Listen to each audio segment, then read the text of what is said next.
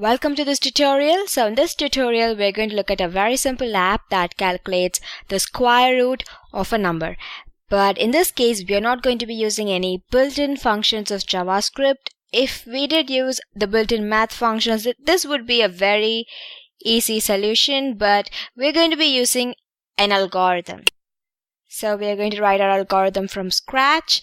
So this is going to be a much longer program than if we did just use our JavaScript built-in function. So let's get to it. Now, this is how the app works. There's a heading and then there's this button. So this is how it works. When you click on this button, you get this particular prompt and you can just enter a number, any number you want. So 25. And you get the square roots of 25 are plus 5 and minus 5, because that's how square root usually works. You must have read that in your math class. You have to write plus minus the square root number. And then you could also go for negative number. So if it was minus 25 in here, what happens is plus 5i minus 5i. So that's how square root is for negative numbers. Okay, so let's try creating that in our JavaScript now. So first of all, I need an index.html file and then a style.css file and then a script.js file. So this file is going to hold our HTML code, this is going to hold our CSS code, that is our style sheet, and this is going to hold our JavaScript code. So let me first create a basic HTML skeleton.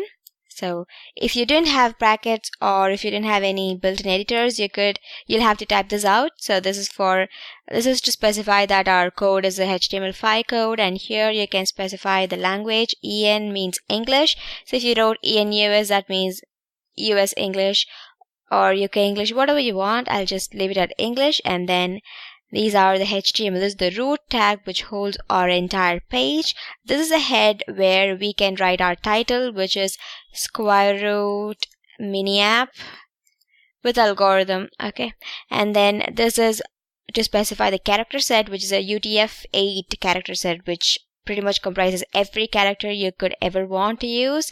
And then this is just to mention that whenever you change the width of your screen, for example, the width of the screen is much smaller in a smartphone. So whenever you change the width of the screen, that is device width, then you'll also change the width of your browser according to that. This is just to make your entire web page more mobile compatible. Okay, so now that we've done that, let's start typing our code.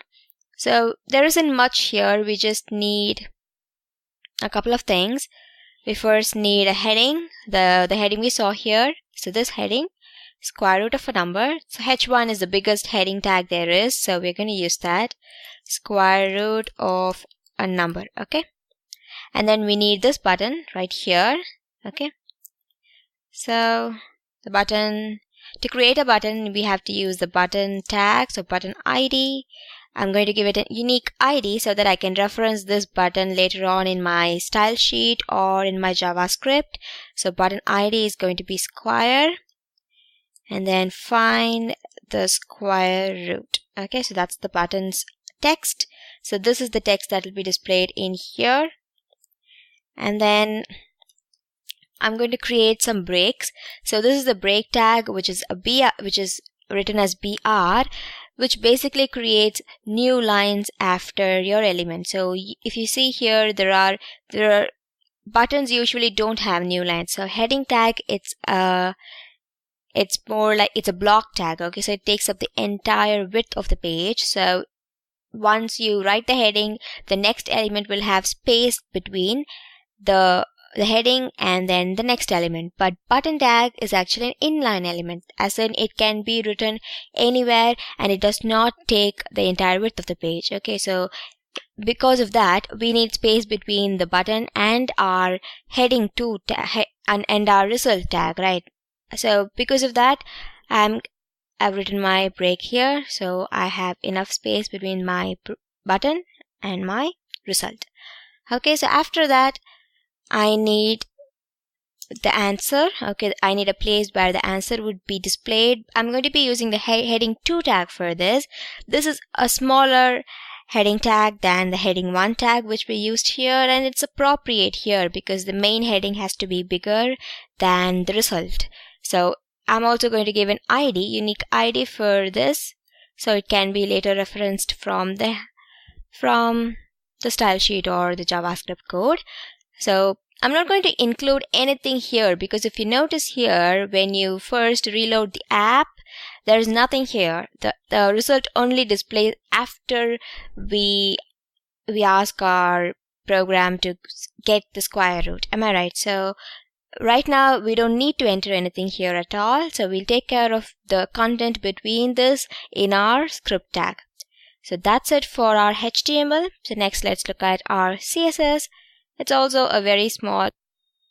So first of all, we are going to select every single element in our HTML code. So this is the universal selector, which selects all the element in the HTML code. So like we have our headings, both headings, and then we have our button, and then we have our entire page, body.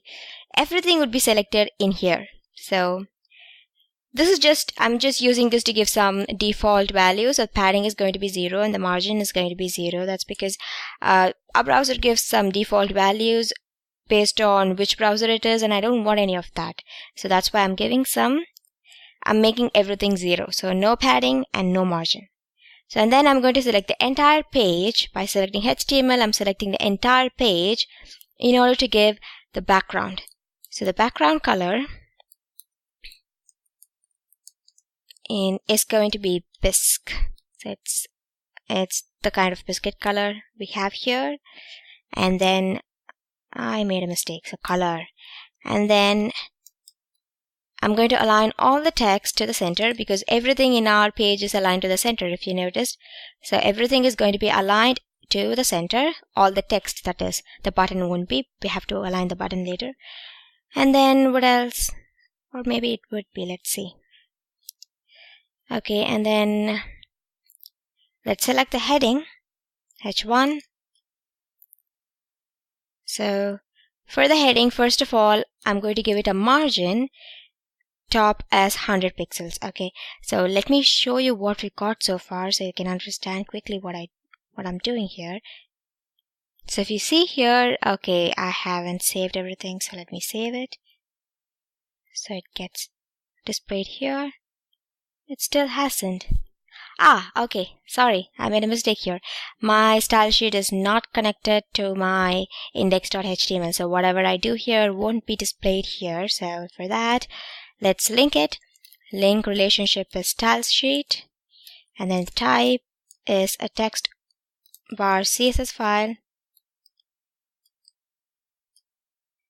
and then the link, that is href, is going to be style.css. Okay, great. So it's a link. It's an empty tag. Empty tags don't have end tags like the body tag, head tags have. So it's an empty tag, just like the PR tag. It's also an empty tag. Okay, so we have everything, and let's see the output. Okay, so this is what we have so far, right? So if this margin top wasn't here, so this is what would happen. It's stuck to the top, and I don't want that because in our output it's down here. So let's create a margin top. So there's a top margin for our heading one. Okay, and then let's also do other things here. We need to increase the font size of our heading because it's very small right now. And then the font family is going to be impact, so we get the wider look we have here. Okay, so let's do that. Font family is going to be impact. Okay, finally the color. The color means text color, background color is the background color. The color is going to be caded blue, so it's this color that you see here. Okay, so let's save everything. I've set it on automatic saving, so it's going to be saved regardless. So we have our heading. It looks exactly like our final output.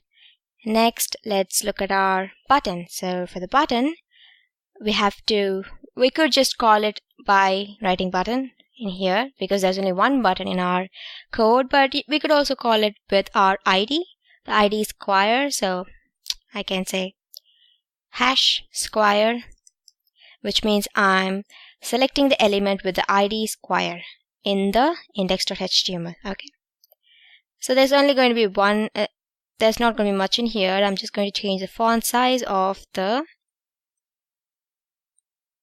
button text to 25 pixels because it's too small right now.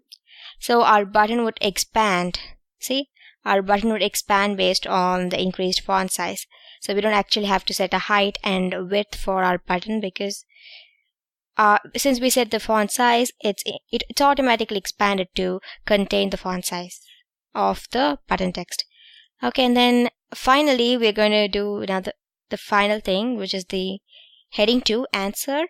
So right now it's not visible because we haven't created the JavaScript code yet, but that's fine. Let's still design it so we can see it once we finish the JavaScript code. But before that, okay, the ID is going to be answer, so I've selected it based on the ID, or I could just select it as h2. So that's up to me. That's up to you. Sorry. So the color for the heading 2 is going to be brown, and then the font size is going to be 40 because it has to be smaller than the heading 2, right?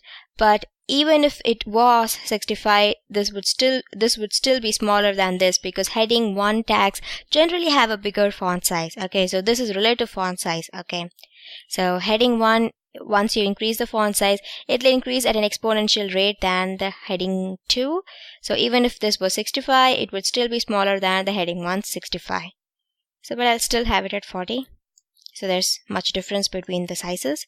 And then finally, font weight. This is to bold your text. So I want my text to have a font weight of 600. I can have values between 100 to 900 and then text like this: bold, bolder, lighter. So when I keep it at 600, it means I'm making it moderately bold, not too bold. So that's what I want. So right now you can't see the answer. It's right here. Our brackets are selected, but you can't see it right here because we haven't done the JavaScript code, but we can take care of that in the next lesson. So in the next lesson, we are going to look at the algorithm of our algorithm. That is, I'm going to go through the algorithm step by step, and then we are going to start creating the JavaScript code. So I'll see you there. Thank you. So meanwhile, if you want to, please subscribe to the channel so you can get more mini app tutorials like this, and please like the video and leave any comments if you have any doubts, or if you just want to comment on my tutorial, whatever it is, I'll get back to you as well. Thank you.